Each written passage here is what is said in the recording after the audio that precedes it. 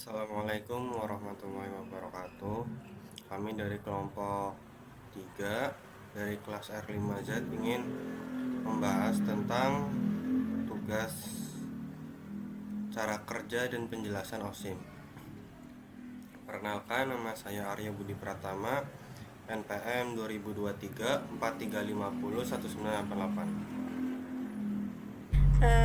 Halo, saya Novita Ramadhani dengan NPM terakhir 1965. Apa itu operasi sistem simulator? Operasi sistem simulator adalah program yang meniru fungsi sistem operasi asli untuk tujuan pembelajaran atau pengujian, seperti simulasi penjadwalan CPU, manajemen memori, atau input-output, yang memungkinkan pengguna dan pengembang memahami cara kerja sistem operasi tanpa harus menginstal OS penuh atau operating system penuh. Sering digunakan dalam edukasi untuk mensinergikan perangkat keras dan lunak tanpa harus mengubah atau merusak sistem komputer yang sebenarnya. Kegunaannya adalah: 1.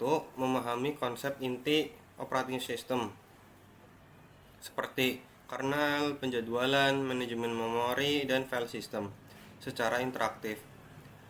2. Menguji algoritma penjadwalan atau perubahan sistem operasi baru dalam lingkungan yang aman dan terkendali. 3. Meniru bagaimana sistem operasi mengelola sumber daya perangkat keras dan interaksi antar komponen.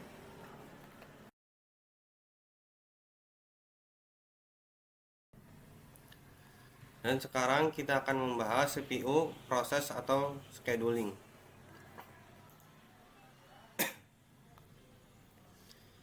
CPU atau proses scheduling yaitu adalah mekanisme yang digunakan oleh sistem operasi untuk menentukan proses mana yang akan menggunakan CPU pada sewaktu-waktu.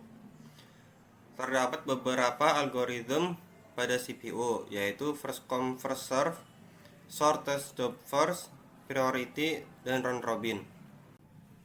Pertama kita ke first come first serve, yaitu cara kerjanya CPU akan menjalankan prosesnya berdasarkan urutan masuknya. Contohnya seperti antrian, yang pertama kali mengantri yaitu yang pertama kali dilayani.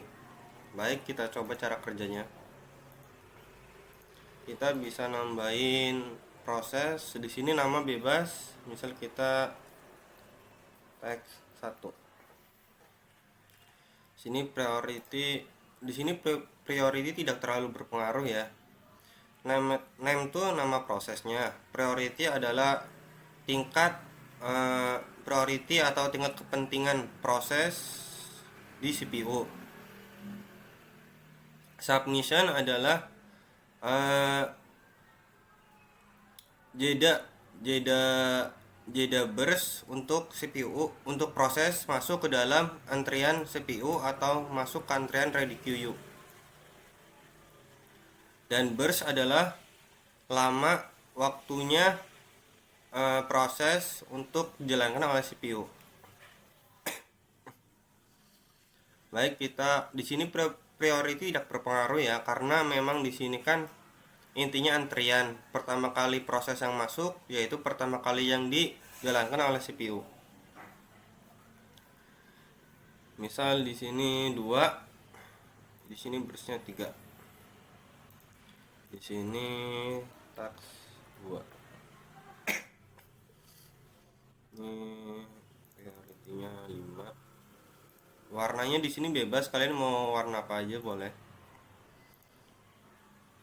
Burstnya juga bebas, terserah kalian.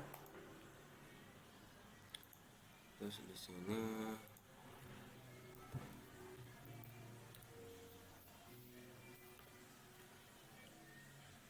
nah, di sini kita akan memasukkan nilai submission. Submission tuh berarti lamanya proses task 3 untuk masuk ke ready queue. Misal kita 4, warna merah. Nah, task 3 tuh nanti masuk ke oncoming proses, dia belum masuk ke ready queue.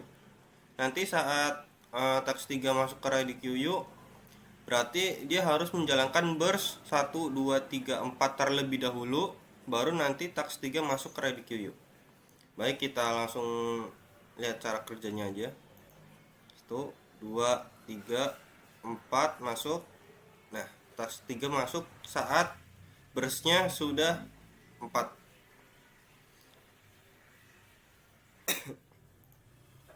Nah, di sini ada table, ada efisiensi, top output, proses unit. Nah, di sini nama tadi, priority tadi, submission. Karena submission cuma ada di task 3 doang, berarti yang lainnya 0. Nah, CPU tadi itu burstnya ada 3, 4 sama 3. Nah, untuk turnaround ini berarti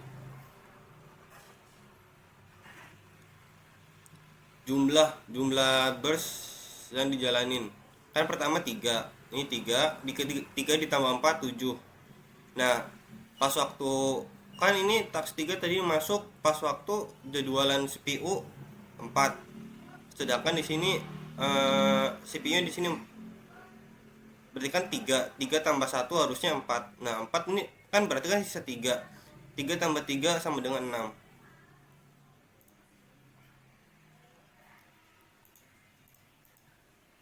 Oke, kita masuk ke metode berikutnya, yaitu sort test job first. Sort test job first yaitu merupakan metode CPU akan menjalankan proses berdasarkan waktu penyelesaian terpendek atau burst dengan nilai terkecil terlebih dahulu. Dengan penjelasan tadi kan berarti dengan burst paling pendek ya, atau paling dikit. Misalnya kita masuk teks 1, di sini juga priority tidak terlalu berpengaruh. Nah, di sini misal kita kasih burst 5. Nah, kita teks 2, di sini 4. Nah, teks 2 nanti masuk ke bagian pertama, nanti teks satunya bagian kedua. Nah, kan karena di teks 2 burstnya lebih dikit daripada teks 1. Teks 1 5, teks 2 nya 4. Baik, kita masukin satu lagi, misal teks 3, priority submissionnya 3 aja. 3 di sini burstnya 3.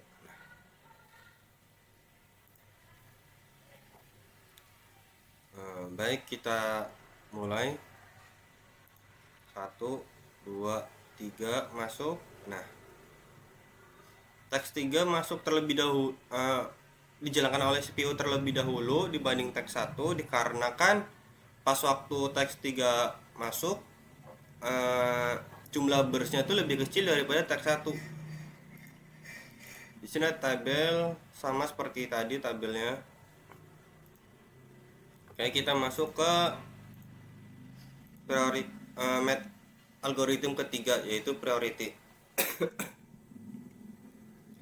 Algoritma priority yaitu di mana CPU akan menjalankan teks atau prosesnya berdasarkan nilai priority, yang dimana ini disesuaikan dengan beberapa pentingnya teks tersebut, yang dimana teks dengan nilai priority yang lebih tinggi akan dijalankan terlebih dahulu dibanding dengan nilai priority yang lebih rendah. Oke, baik, kita masuk ke cara kerjanya. Nah, di sini priority berpengaruh banget nih, karena semakin besar priority berarti semakin awal proses tersebut dijalankan. Misal ini priority 1, di sini burstnya 4. Kita tambahin lagi teks 2, priority dia lebih besar nih, misal 4. Ini warna biru, di sini 5. Nah, dia tuh nomor pertama, dikarenakan prioritinya 4 lebih besar dari 1, jadinya 4 tuh lebih penting daripada 1, jadinya dia dijalankan oleh CPU pertama.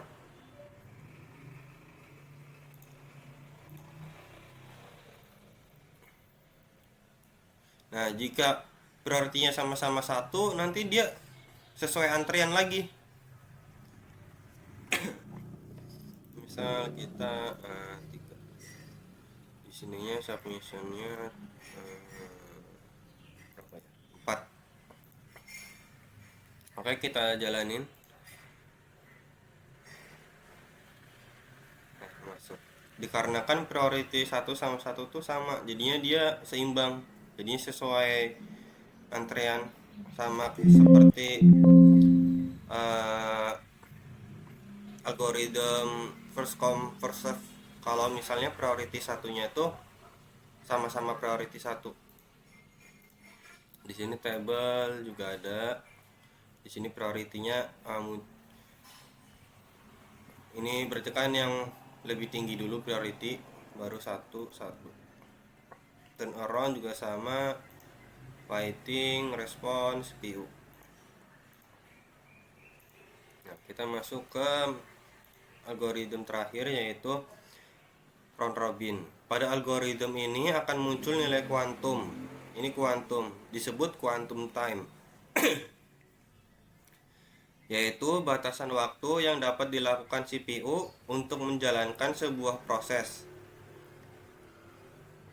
Nah, misal kita di sini 3 nilainya. Oke, baik.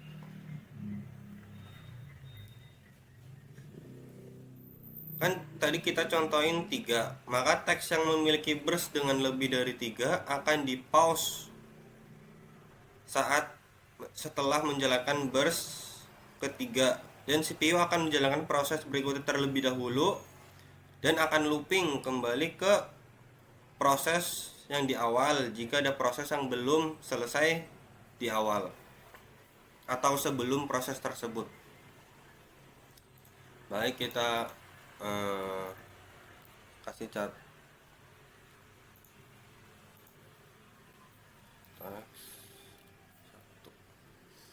Di sini priority tidak terlalu berpengaruh lagi ya, karena di sini yang berpengaruh yaitu seperti antrian, seperti tadi yang namanya algoritma first come first serve. Jadinya pertama kali proses dimasukkan, yaitu yang pertama kali dijalankan oleh CPU. Tapi dibatasin karena ada quantum time. Misal di sini 4, 5. Nah, sini kita masukkan lagi teks 2. Sini 3.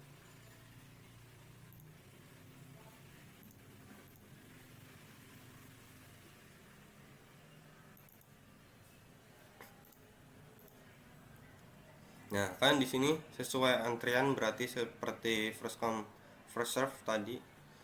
Pertama teks 1, teks 2. Kita lanjutkan teks 3 dengan submission 3. Di sini burstnya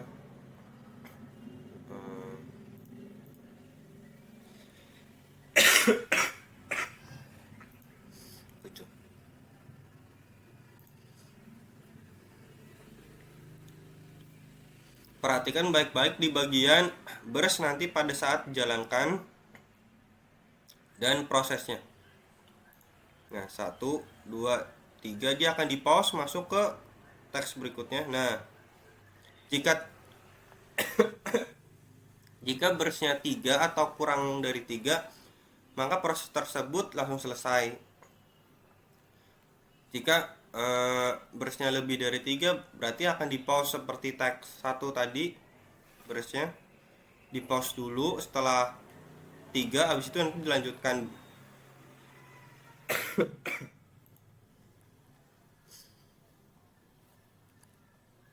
Baik, kita ini table seperti tadi ya. Ini ada name, priority, respon, waiting, turn on, CPU. Baik, itulah cara kerja proses scheduling di CPU. Terima kasih. Nah, dari penjelasan dan cara kerja CPU tadi atau proses scheduling, intinya kegunaan CPU atau proses scheduling yaitu satu, mengoptimalkan pemakaian CPU. Scheduling memastikan CPU tidak menganggur sehingga program berjalan lebih cepat dan efisien. 2. Membagi waktu eksekusi secara adil. Setiap proses mendapatkan giliran berdasarkan aturan tertentu seperti round robin, priority scheduling, first come first serve, atau shortest job first. Ini memastikan sistem berjalan adil dan stabil. 3. Meningkatkan kinerja sistem. Penjadwalan yang baik menghasilkan waktu tunggu atau waiting time lebih kecil, waktu penyelesaian turnaround time lebih cepat, respon aplikasi lebih baik. 4. Mendukung multitasking. Scheduling memungkinkan beberapa aplikasi terlihat berjalan bersamaan meskipun CPU mengeksekusi satu persatu secara cepat. Terima kasih. Saya di sini akan menjelaskan pengertian RAM atau memori. RAM adalah tempat penyimpanan sementara untuk proses yang sedang berjalan. Dalam operating system simulator atau OSIM ini, memori biasanya disimulasikan sebagai sebuah ruang address yang dibagi menjadi blok atau partisi. Tempat proses dimuat atau load, visualisasi alokasi memori atau free atau busy, mekanisme penggantian replacement jika RAM penuh. Terdapat memori manajemen pada memori, ada fixed size, variable size, pagination, sama segmentation. Nah, di memori manajemen ini juga ada fixed size. Fixed size itu memori dibagi menjadi partisi-partisi tetap. Setiap proses masuk ke satu partisi biasanya digunakan bersama first fit, base fit, atau worst fit. Yang kedua ada variable size. Variable size memori tidak dibagi tetap, proses mendapatkan ruang sesuai ukuran sebenarnya, lebih fleksibel. Biasanya digunakan bersama first fit, base fit, dan worst fit. Nah, di bagian allocation policy itu terdapat first fit, base fit, worst fit. First fit itu memilih blok kosong pertama yang cukup besar. Base fit memilih blok terkecil yang masih muat, mengurangi sisa ruang. Worst fit memilih blok terbesar agar meninggalkan ruang besar yang mungkin bisa digunakan proses lain. Nah, untuk pagination itu dia teknik manajemen memori di mana memori dibagi menjadi blok-blok kecil berukuran sama disebut frame. Dan page. Frame itu bagian memori fisik, page itu bagian memori program. Untuk segmentation itu teknik manajemen memori di mana memori dibagi berdasarkan bagian logis dari program, bukan berdasarkan ukuran tetap. Di sini juga ada ciri-ciri segmentation, itu ukuran segmen berbeda-beda, tidak seragam, alokasi memori berdasarkan kebutuhan logis program, mendukung proteksi dan sharing. Segment code bisa read only, segment code bisa dipakai bersama beberapa proses. Baik, saya di sini bakal ngejelasin simulasi dari bagian RAM di OSIM. Nah, di sini ada general setting, OSC, sama memory management. Nah, di memory management ini ada 4 menu, ada fixed size, variable size. Variable size itu bersifat dinamis, dan ada pagination dan segmentation. Nah, di sini ada allocation policy ada 3, ada first fit, base fit, sama worst fit. Nah, kita langsung mulai dari first fitnya aja, langsung dicoba ya.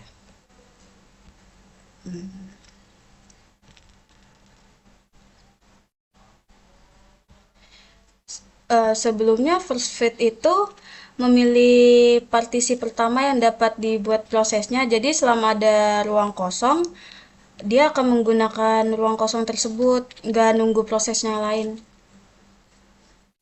Jadi di sini langsung kita coba.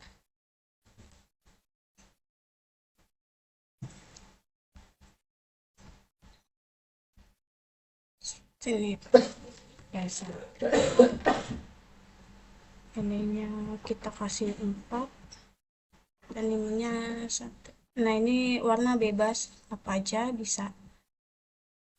Oke, lanjut kita P2, ininya 3, boleh bebas ya ininya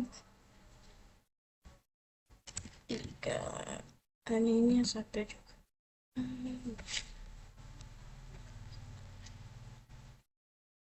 Ini P3,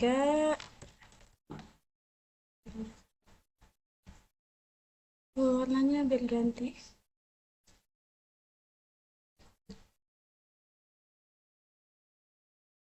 Ini kita langsung lihat, langsung kita coba. Nah, dia nih langsung nyari ruang kosong tersebut ya. Nah, di sini ada external frag sama internal frag. Eksternal itu partisi yang sudah selesai digunakan, sedangkan kalau internal dia proses yang dialokasikan ke sebuah partisi dan memiliki ukuran yang lebih kecil. Kita lanjut ke coba yang kedua berarti ya, base fit. Kita coba base fit. Nah, base fit dia langsung ke bawah,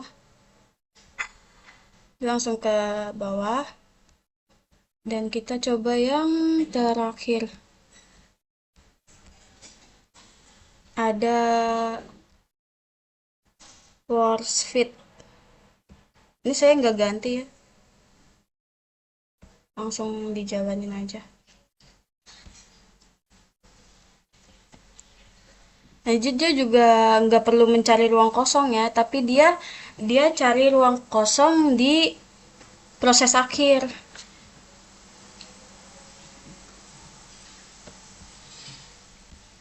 Nah, jadi mungkin segitu aja penjelasan simulasi bagian memori manajemen.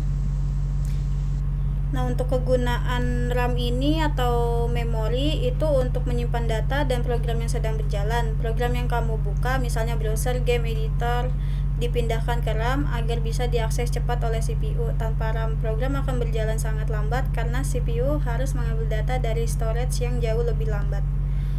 Terus yang kedua, ada mempercepat proses komputasi. RAM itu memiliki kecepatan tinggi sehingga CPU tidak menunggu terlalu lama serta aplikasi berjalan mulus dan responsif. Itulah mengapa komputer dengan RAM kecil bisa terasa lambat. Yang ketiga, ada tempat CPU mengambil instruksi. RAM menyediakan instruksi program, data yang sedang dihitung, stack, dan heap proses semua dibutuhkan CPU untuk bekerja. Yang terakhir, ada mendukung multitasking. Semakin besar RAM, semakin banyak aplikasi yang bisa dibuka bersamaan. Semakin kecil, kemungkinan komputer menjadi lag atau lambat karena setiap aplikasi membutuhkan ruang di RAM. Selanjutnya saya akan menjelaskan file system. File system adalah mekanisme yang digunakan oleh sistem operasi untuk menunjukkan cara file dialokasikan, bagaimana direktori bekerja, bagaimana disk space diatur, bagaimana operating system membaca atau menulis file. Nah, di sini ada block size, unit, ukuran satu blok penyimpanan dalam satuan tertentu. Di sini di gambar ini 1 unit. Semua file akan dialokasikan dalam bentuk kumpulan blok. Jika ukuran blok kecil, efisiensi penyimpanan tinggi. Jika besar, lebih cepat, tetapi bisa memboroskan ruang. Nah, selanjutnya ada bagian memory size. Di sini 1024 unit. Total kapasitas penyimpanan simulasi gambar menunjukkan 4 kali 1024 unit sama dengan 4090 unit. 96 unit. Area kotak-kotak besar di kanan menunjukkan blok-blok memori. Selanjutnya ada link allocation, di mana setiap file disimpan dalam bentuk rantai blok dan setiap blok menyimpan pointer ke blok berikutnya. Terus ada allocation method, itu index allocation. Setiap file memiliki sebuah blok index yang berisi daftar lengkap nomor blok yang digunakan oleh file tersebut dan tidak menyimpan pointer ke blok berikutnya. Baik, saya di sini bakal ngejelasin bagian file system di simulasi OSIM. Oke, langsung masuk. Di sini langsung muncul hardware setting, block size, memory size, dan sebagainya. Nah, block size ini ibaratnya tuh kayak di dalam satu blok itu ada beberapa unit. Nah, kalau misalkan di sini satu, berarti dia perhatiin di bagian blok ini dia cuma berarti satu. Nah, tapi kalau saya pilih dua, nah dia dua, berarti di satu blok ini dia ada dua unit. Kalau saya pilih empat, dia 4 unit. Nah, saya kembaliin ke satu. Nah, itu dia semakin kecil unitnya, dia semakin efisien penyimpanannya. Nah, saya langsung masuk ke metode yang pertama, link allocation. Nah, link allocation itu dimana setiap file disimpan dalam bentuk rangkaian blok dan setiap blok mempunyai pointer. Nah, kita langsung add file. Ini namanya bebas. Size unitnya juga bebas. Saya pilih 3 di sini. Saya warnanya juga bebas, tapi saya warna biru biar lebih terang aja.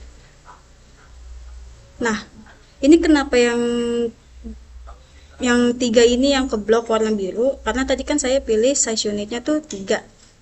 Nah, misalkan saya tambahin add file lagi. Nah, size unitnya ya udah 1, warnanya merah. Nah, dia langsung nih nambah merah di sini. Karena tadi saya size unitnya 1, maka yang keblok juga hanya 1.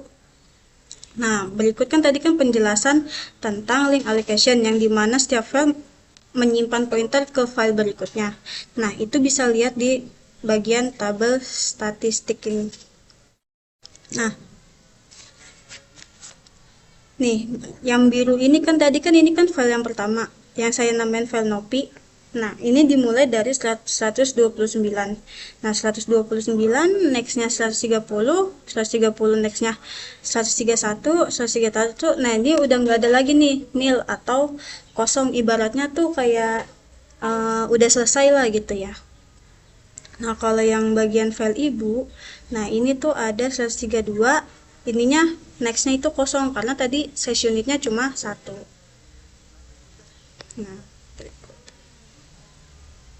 Nah, kalau di sini tuh ada add folder, add link, update, dan remove. Coba kalau add folder, dia tuh kalau add folder itu dia nggak ada pilihan warnanya. Misalkan foldernya D. Nah,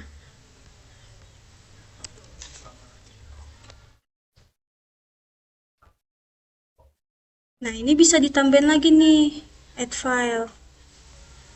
Nah, berikutlah. Nah, kalau misalkan ya, isinya namanya filenya. Nah, kalau kita pencet yang D ini, berarti itu isinya file D itu cuma yang lama. Dia munculnya kalau kita di D, berarti dia cuma muncul yang bagian lama doang. Tapi kalau kita C, nah, dia muncul sampai folder D. Nah, berikut penjelasan link allocation. Saya lanjut ke proses berikutnya yaitu index allocation. Nah, index allocation ini itu metode pengalokasian ruang penyimpanan file di mana setiap file memiliki sebuah blok indeks. Coba kita langsung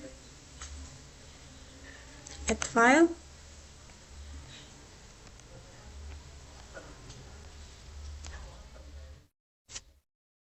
Nah, misalkan ini juga saya samain aja kayak tadi ya.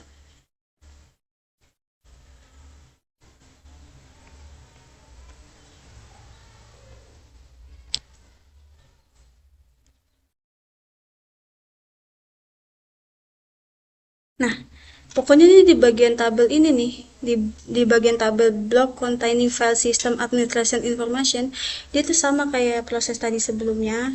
Nah, yang bikin dia beda, dia di sini tuh nggak ada. Nah, kalau tadi kan dia ada nextnya. Nah, kalau ini nggak ada, dia cuma nampilin block sama type block.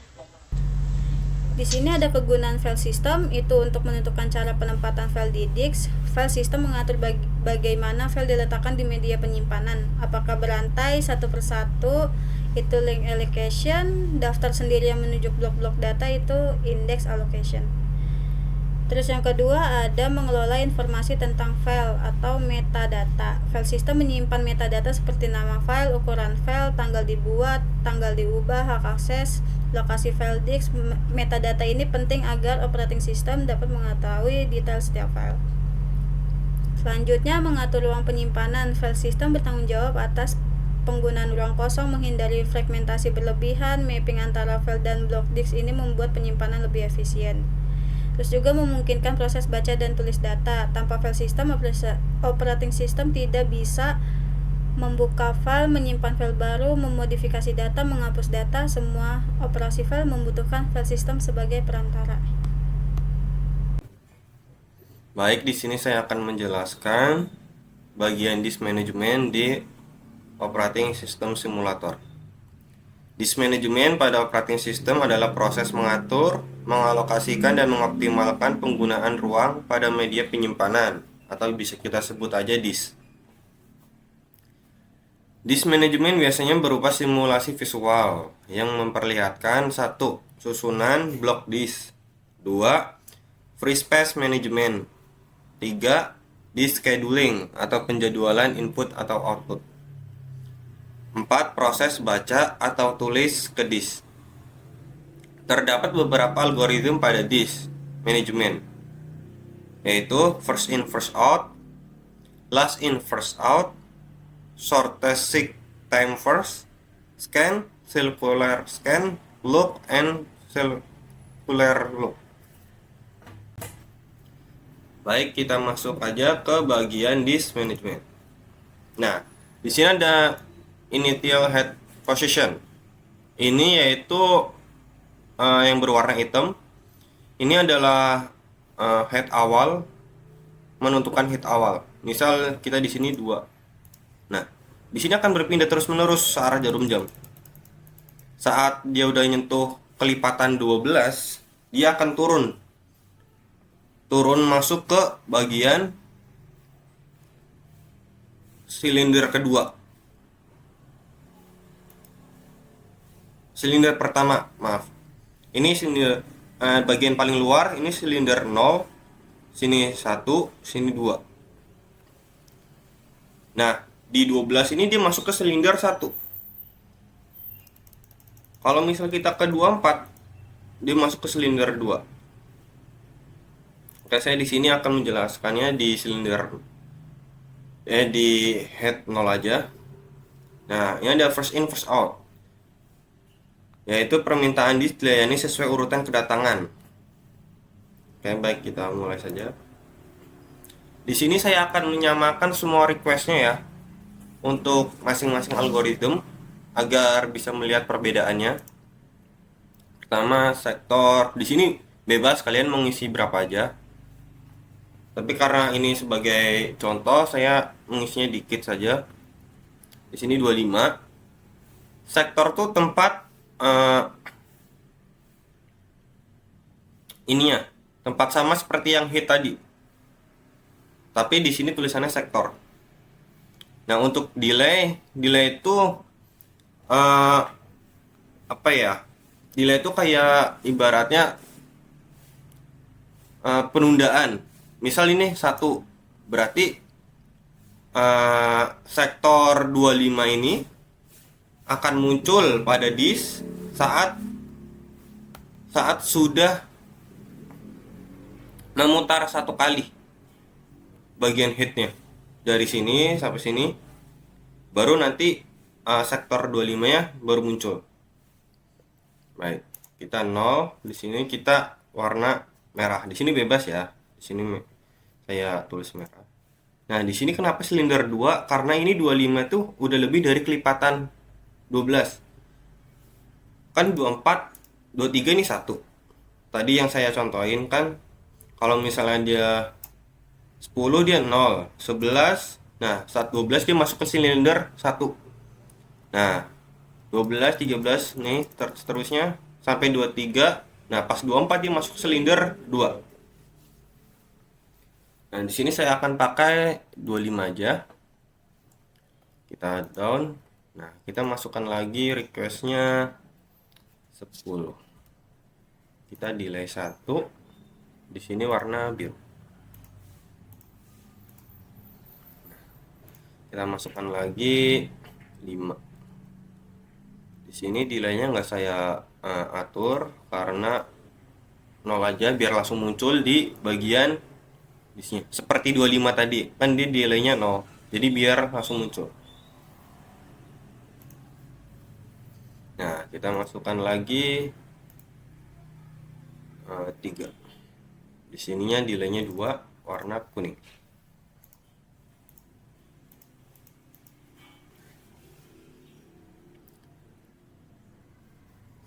Terus kita masukkan lagi 2. Di sini 0, warna hijau. Terus kita masukkan lagi terakhir 16.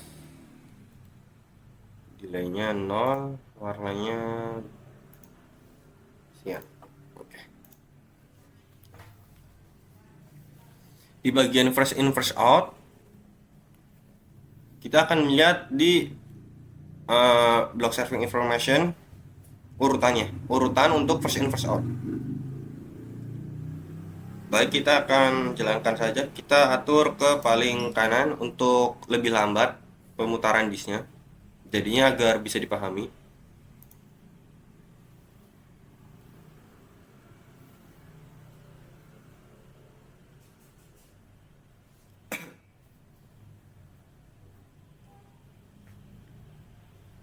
Nah, baik.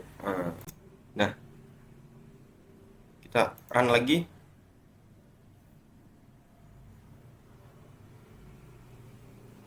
Merah, pink, hijau, biru cerah, biru tua, dan kuning.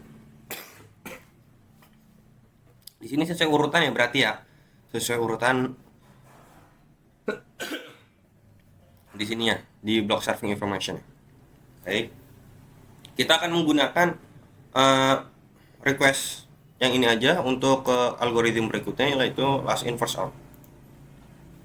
Last in first out yaitu permintaan paling baru datang dilayani terlebih dahulu. Berarti permintaan terbaru ya, bukan requestan paling awal, tapi requestan paling baru.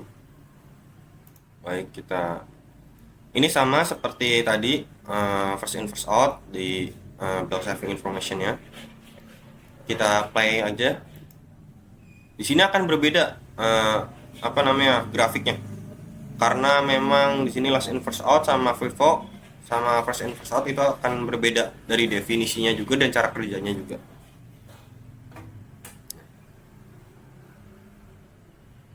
Kita pause kita sekali lagi.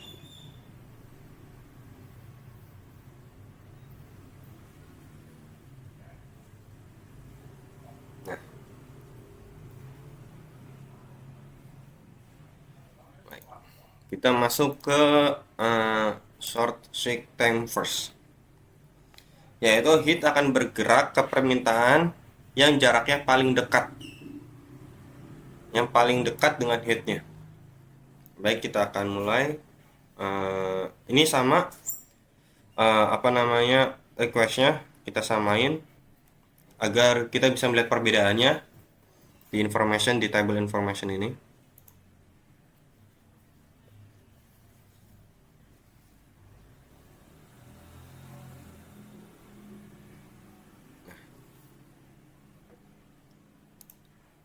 Kita akan masuk lagi ke scan.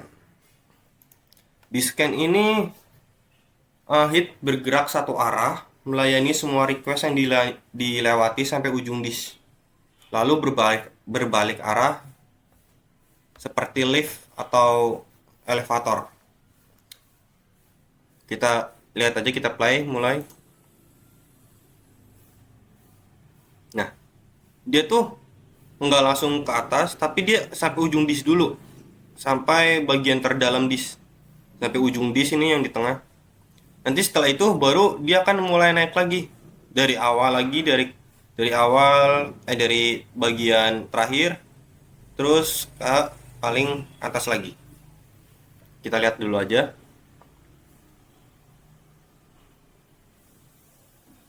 Nah, dia akan balik lagi ke atas, tapi bertahap-tahap. Perbedaannya dengan circular scan tuh yaitu sama seperti scan, cuman bedanya saat dia mencapai ujung disk, dia langsung berada di paling luar disk. Oke, kita play aja langsung.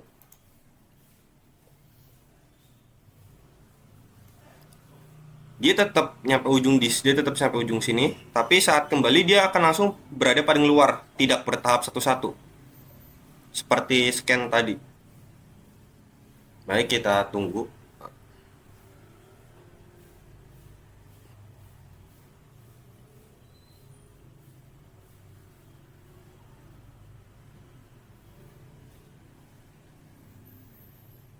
Nah, kan kalian lihat perbedaannya sama scan tadi, perbedaan dari circular scan dan scan doang. Dia tuh langsung menuju silinder yang terakhir. Kan terakhir tadi 3/10, warna kuning sama biru. Dia langsung berada paling tidak bertahap dari dalam, dari ujung tidak bertahap, tapi dia langsung ke paling luar. Kita masuk ke look. Look itu mirip seperti scan, tetapi tidak perlu mencapai ujung disk. Hit hanya bergerak sampai request terjauh di satu arah, kemudian berbalik. Dia berarti tidak nyampe ujung disk, tidak nyampe di sini. Cuman paling terakhir doang. Requestan paling terakhir.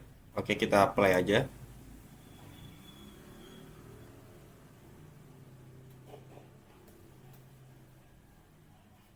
Nah, dia akan berhenti terus nih di silinder 2. Ini kan 0, ini 1, ini 2. Dia akan muter di sini terus, tidak ke ujung disk. Dan juga perbedaan sama scan.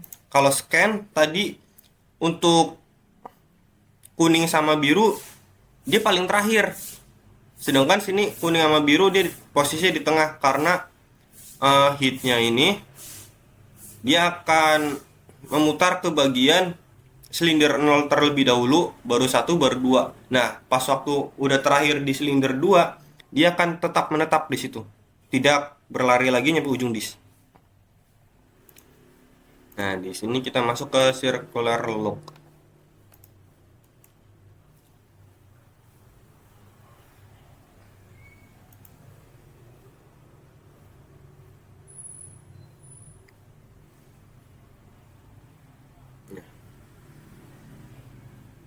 Nah, di sini kegunaan disk management yaitu 1. Menyimpan dan mengorganisasi data dengan efisien. Disk management membantu mengatur tata letak file di disk, memastikan penyimpanan tidak berantakan, menurunkan tingkat fragmentasi. Ini membuat akses file lebih cepat. 2. Menjalankan file system. Disk management bekerja bersama file system untuk membaca file, menulis file, memperbarui metadata, mengatur alokasi blok. Tanpa disk management, file system tidak bisa berfungsi. 3. Scheduling akses disk atau disk scheduling. Disk management juga melibatkan algoritma penjadwalan disk seperti FIFO atau LIFO, SSTF, look, atau square look, atau scan, Kegunaannya yaitu mengurangi waktu tunggu akses disk dan mempercepat pembacaan data. 4. Mengatur ruang penyimpanan. Disk management memastikan ruang tidak terbuang. Penggunaan disk agar efisien dan sistem tahu blok mana yang kosong dan mana yang terisi. Demikianlah penjelasan kami semua untuk bagian operating system simulator. Terima kasih telah menonton. Semoga bermanfaat. Assalamualaikum warahmatullahi wabarakatuh.